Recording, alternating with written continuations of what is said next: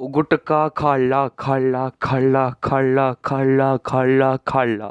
ओ भसूड़ी वाला वाला वाला वाला। ए मेरे को गाली देता है? अबे ताऊ मैंने गाली नहीं दी, झूठ मत बोल।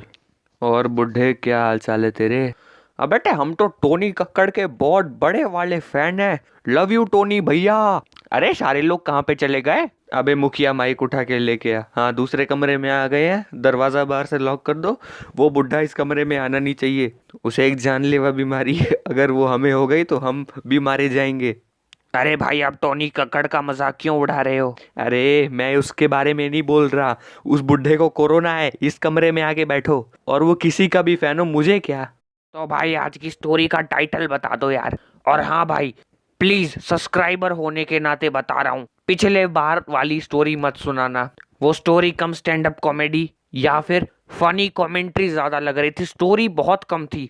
सर जी आप एक्सपेरिमेंटल वीडियो क्यों डालते हो? एक्सपेरिमेंटल वीडियो डालना छोड़ दो। अरे सर जी सुनो सभी सब्सक्राइबर्स, हमारी एक एक्सपेरिमेंटल वाली वीडियो 60 के व्यूज क्रॉस कर चुकी है और काफी जल्दी 1 लाख व्यूज क्रॉस कर लेगी। यस, 4 मैन आर्मी की एक वीडियो काफी जल्दी 1 लाख व्यूज क्रॉस करने वाली है। इतनी खुशी क्यों हो रही है, तूने हवा में गुटखा मिलाया। अबे बुढ़ा इस कमरे में आ गया, भागो। अरे रुको रुको, भाग कर रहे हो? साहब जी। हाँ मैनेजर बोल, क्या हुआ? सर मैं डायरेक्टर हूँ। साहब जी ये आपकी कोविड रिपोर्ट पॉजिटिव आई है, ये लो और मैं भागता हूँ। साहब जी भागो। क्या? क्या पुलिस वाले ताऊ को ले गए? चलो अच्छा है पीछा छूटा।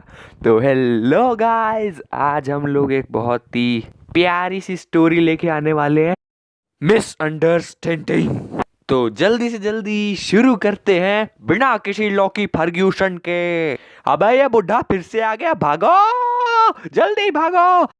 तो गाइस स्टोरी की स्टार्टिंग में हम लोग देखते हैं कि उत्तम नगर का एक बुढ़ा अपने पड़ोसी छेदी पर गुटखा थूक कर भाग गया। उस बुढ़े को कोरोना भी था। उसने ये सब अपने पड़ोसी से बदला लेने के लिए। अबे ये सुबह का अखबार किसने दे दिया बे? स्टोरी कहाँ पे है? साहब जी ये असली स्टोरी, ये बोलो। ये मैनेजर क्या करता रहता है तू आजकल? तो गाइस हम लोग देखते हैं कि स्टोरी की स्टार्टिंग में ही परमैन उड़कर अपने स्कूल जा रहा था।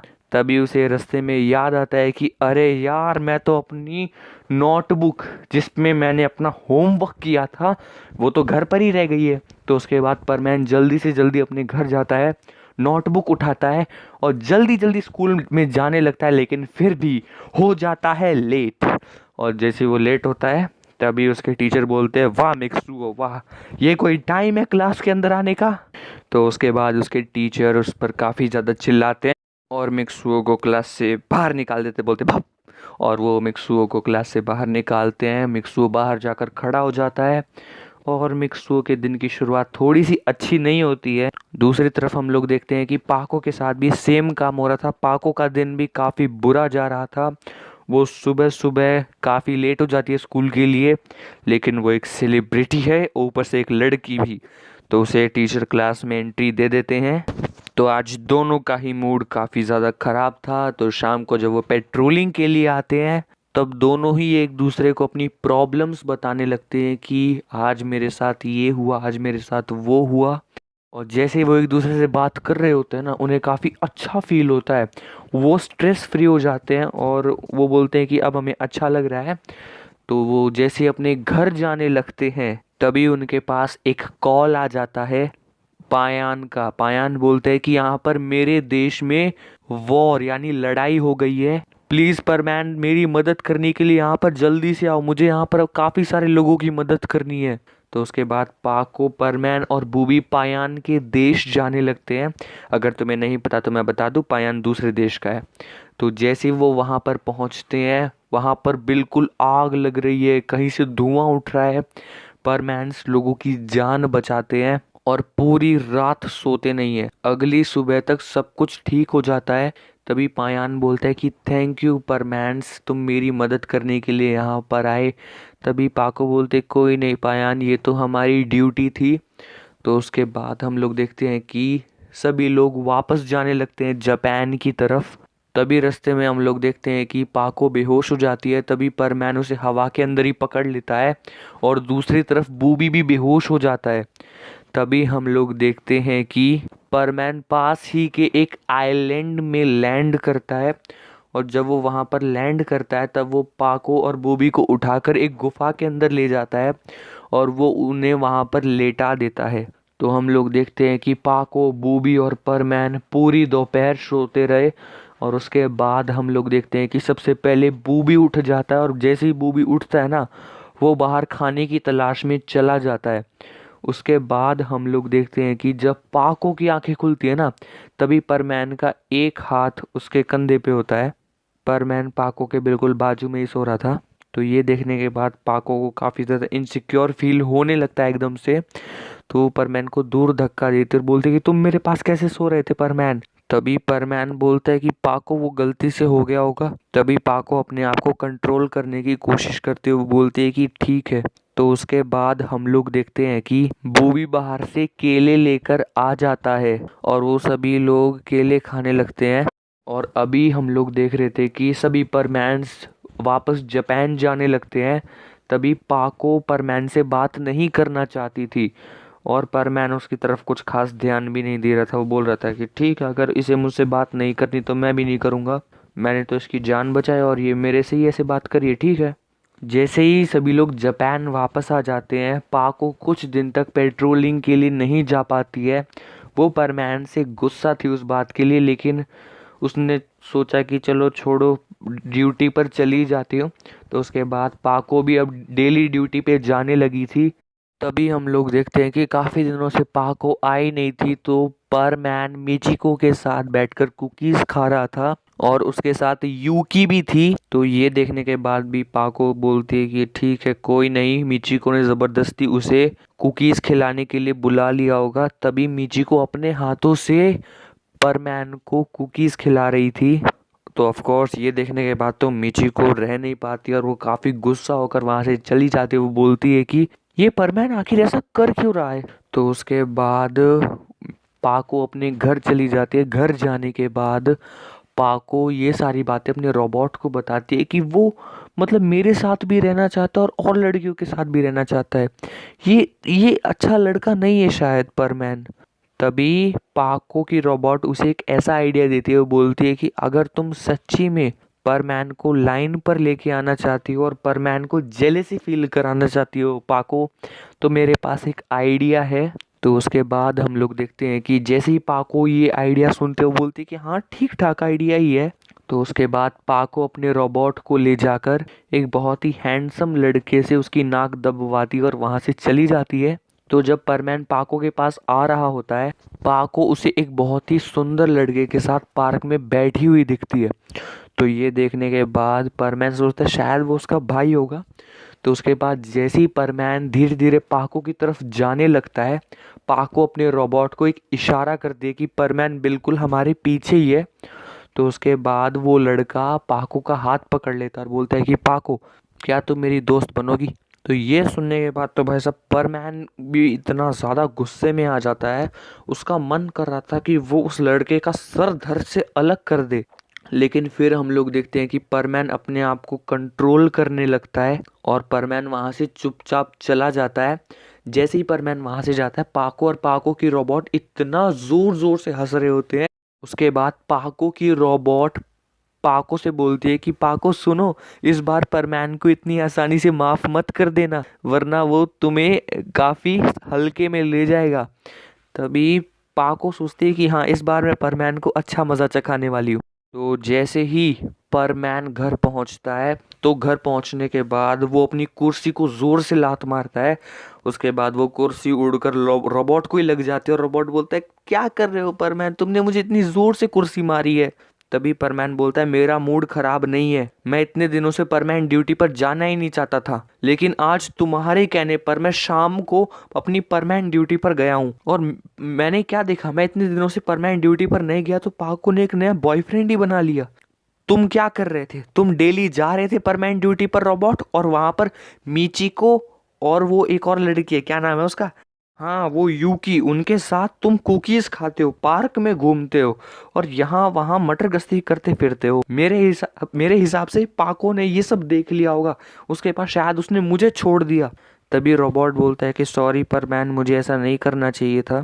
तभी परमैन बोलता है कि रोबोट, तुम्हारी वजह से मेरी पाको अगर मुझसे दूर हुई ना, तो तुम देखना, फिर मैं तुम्हें जिंदा नहीं छोड़ूंगा। उसके बाद परमैन गुस्से से अपना हेलमेट उतारता है और वापस मिक्सुओ बनने के बाद रोबोट की नाक दबा देता है, जिससे हमें पता चलता है कि मिक्सुओ मिचिको और यूकी के साथ कुकीज नहीं खा रहा था, वो उसका रोबोट था।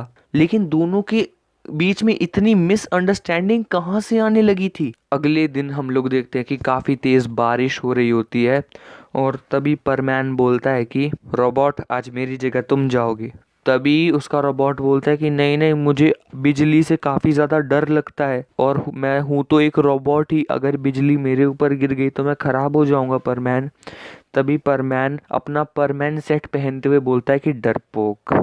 तो उसके बाद हम लोग देखते हैं कि परमैन अपनी ड्यूटी पर जा ही रहा होता है कि तभी उसे रास्ते में बूबी मिल जाता है और बूबी परमैन को घूरे जा रहा है, कुछ बोल नहीं रहा है। तभी परमैन बोलता है क्या हुआ बूबी। तभी हम लोग देखते हैं कि बूबी जोर से परमैन के ऊपर चिल्लाता और बोलता है कि तुम्हारी हिम्मत कैसे हुई पाको के साथ ब्रेकअप करने की, और अब तुम मिचिको और यूकी के साथ घूम रहे हो। तुम्हें पाको से ज्यादा लॉयल लड़की नहीं मिलेगी और फिर भी तुम उन दो गोल्ड डिगर्स के साथ घूम रहे हो, तुम्हें शर्म आनी चाहिए परमैन। तभी परमैन बोलता है क्या बात कर रहे हो बूबी। तभी बूबी बोलता है कि मैंने ये सब कल न्यूज में देखा था, वहां पर बता रहे थे कि परमैन दो अलग अलग लड़कियों को डेट कर रहा है और पाको भी एक लड़के को डेट कर रही है। तभी परमैन बोलते हैं, और तभी हम लोग देखते हैं कि न्यूज़ चैनल वालों को कुछ काम होता नहीं है, लेकिन ऐसी न्यूज़ उन्हें सबसे पहले मिल जाती है। तो जब परमैन का रोबोट मिचिको और यूगी के साथ बैठ के कुकीज खा रहा था, तब मीडिया वालों ने परमैन की फोटो खींच ली थी। और तो और जब पाको अपनी रोबोट के साथ, जब वो एक लड़का बनी थी, तब पार्क में बैठी हुई थी, उस टाइम भी फोटो खींच ली थी किसी ने। तभी अभी न्यूज में यही चल रहा था कि क्या परमैन और पाको अलग हो चुके हैं। तभी परमैन सोचता है कि आज मैं पाको से सीधी सीधी भाषा में बात करके रहूंगा कि आखिर ये सब चल क्या रहा है। तो उसके बाद हम लोग देखते हैं कि एकदम से काफी तेज बारिश होने लगती है और बूबी अपने घर चला जाता है। तभी हम लोग देखते हैं कि पाको भी पेट्रोलिंग करके अपने घर जा रही थी। तभी परमैन पाको को रोकते हुए बोलता है कि रुको पाको, मैंने तुम्हें कल एक लड़के के साथ पार्क में बैठे हुए देखा था, क्या वो तुम्हारा नया बॉयफ्रेंड है। तभी पाको बोलते तुमसे मतलब परमैन, अपना काम करो। तभी परमैन एक चीज नोटिस करता है कि पाको ने आज से पहले मुझसे ऐसे कभी बात नहीं की। इस लड़की का दिमाग खराब हो गया है, आज से पहले इसने मुझसे ऐसे कभी बात नहीं की और आज इसे एक नया बॉयफ्रेंड मिल गया तो इसने मुझे इस तरीके से ट्रीट करना शुरू कर दिया। इससे ज्यादा बदतमीज लड़की मैंने नहीं देखी। परमैन ये सारी बातें उसके मुंह पर बोल देता है, जिसे सुनने के बाद पाको भी अपना आपा खो देती है। वो बोलती है कि अच्छा, तो तुम बताओ, तुम अब मिचिको और यूकी के साथ कुकीज खाने क्यों गए थे, और कुछ लोग तो ये भी बोल रहे हैं कि तुम उनके साथ घूमने तक गए थे। तभी परमैन बोलता है कि क्या तुम्हें मुझ पर जरा सा भी भरोसा नहीं है पाको, मेरी बात का जवाब दो पहले। तभी पाको बोलते तुम पहले मेरी बात का जवाब दो। दोनों अब इतना ज्यादा गुस्सा हो चुके थे एक दूसरे से कि वो वहां से जाने लगते हैं। तभी परमैन पाको का हाथ पकड़ता और बोलता है रुको। तभी परमैन एक सीरियस सी आवाज में बोलता है क्या मैं तुम्हारे लिए बिल्कुल मायने नहीं रखता पाको। तभी पाको बोलती है नहीं, तुम मेरे लिए बिल्कुल मायने नहीं रखते हो। तो उसके बाद हम लोग देखते हैं कि परमैन वहां से चला जाता है और परमैन काफी उदास होता है। तभी पीछे से पाको आती है और पाको से रोक कर बोलते हैं कि रुको। तभी परमैन को लगता है कि पाको उसे मनाने के लिए आई है। तभी पाको एक बड़ा सा कुकी, जिसे आसान भाषा में बिस्कुट बोला जाता है, वो परमैन के मुंह में डाल देती और बोलती है कि अब जाओ। तो परमैन उस बड़े से कुकी को अपने मुंह से निकालता है और उसे जोर से जमीन पर फेंक कर वहां से चला जाता है। पाको को अब अपनी थोड़ी सी गलती लगने लगती है कि शायद मुझे परमैन को इतनी बुरी तरीके से ट्रीट नहीं करना चाहिए था। तभी उसके बाद अगले दिन पाको परमैन को मनाने के लिए उसके घर भी जाती है। तभी वहां पर सिर्फ उसका रोबोट होता है और रोबोट बोलता है कि परमैन तो हमेशा हमेशा के लिए ये घर और देश छोड़कर चला गया। तभी पाको जैसे ये बात सुनते हैं, और तभी रोबोट और बोलता है कि कल जब वो घर आया तो वो काफी ज्यादा गुस्से में था और बोला कि मैं अब इस देश और इस घर में कभी वापस नहीं आऊंगा, मैं जा रहा हूँ हमेशा हमेशा के लिए। तब से उसका कुछ अता पता नहीं है पाको। तभी पाको काफी ज्यादा टेंशन में आ जाती है। आखिर कहाँ गया होगा परमैन? कहीं परमैन किसी मुसीबत में तो नहीं? दोनों के बीच एक गलत फहमी से इतना बड़ा फासला क्रिएट हो चुका है। तो गाइस, आई होप तुम्हें ये स्टोरी पसंद आई होगी। ये हमारी वैलेंटाइन वीक स्पेशल स्टोरी है और इसके टोटल 8 एपिसोड्स हैं और मैं कोशिश करूंगा कि वैलेंटाइन वीक में ही मैं इस स्टोरी को पूरा कंप्लीट कर दूं। इसके आने वाले एपिसोड्स थोड़े बड़े हो सकते हैं और काफी इंटरेस्टिंग भी। तो चलो मैं भी चलता हूँ। इस बुढ़े ने मेरे को परेशान कर दिया। इसे कोरोना है ना। ए मुखिया, वो गर्मा गर्म काढ़ा ताऊ के मुंह में डाल दे। अरे मुखिया ऐसा मत करना, मेरा मुंह जल जाएगा। अबे डाल डाल। नीम के पत्तों से बना है वो कड़वा सूप। भड़वा ताऊ बचेगा नहीं। नीम का पत्ता कड़वा है, ताऊ हमारा भड़वा है। अबे मुखिया तू डालना सूप। अभी देखना कोरोना एक झटके में बाहर आएगा। अच्छा मुखिया, वैसे तू ये नीम की पत्तियां कहाँ से तोड़ के लेके आया था? अरे वो जो सड़क पे पड़ी रहती है ना, उन पत्तियों का सूप हमने ताऊ को पिला दिया। अबे ये क्या कर दिया? इससे तो इसकी हालत और खराब हो जाएगी। हा, मजा आ गया। बिल्कुल गुटके जैसा स्वाद था। हाँ बस क्रीमी थोड़ा ज्यादा था। साहब जी। हाँ क्या हुआ डायरेक्टर? साहब जी, वो जो नीम की पत्तियां थी ना, उनका सूप ताऊ को मत पिलाना। उन पत्तियों पे उस एरिया के कबूतर हग के जाते हैं और पिछले 1 हफ्ते से वहीं पर हग रहे थे वो लोग। उन पत्तियों को फेंक दो। क्या तुम लोगों ने मेरे को इतनी घटिया चीज पिलाई? तुम्हारी तो ए जैक, बंदूक दे मेरी। आज तो इन लोगों को मैं नहीं छोड़ेगा। आज मेरा पारा सर के ऊपर से जा चुका है। अबे ताऊ आराम से यार। नहीं, कबूतर हगवाए तुमने मेरे मुंह में। अबे ताऊ, तू ही तो बोला था क्रीमी क्रीम गई गुइया के खेत में। अबे छोड़ेगा नहीं मैं। अरे भाग मुखिया। रुक डायरेक्टर, टेरी तो। साहब जी माफ कर दो। नहीं टेरी तो। साहब जी।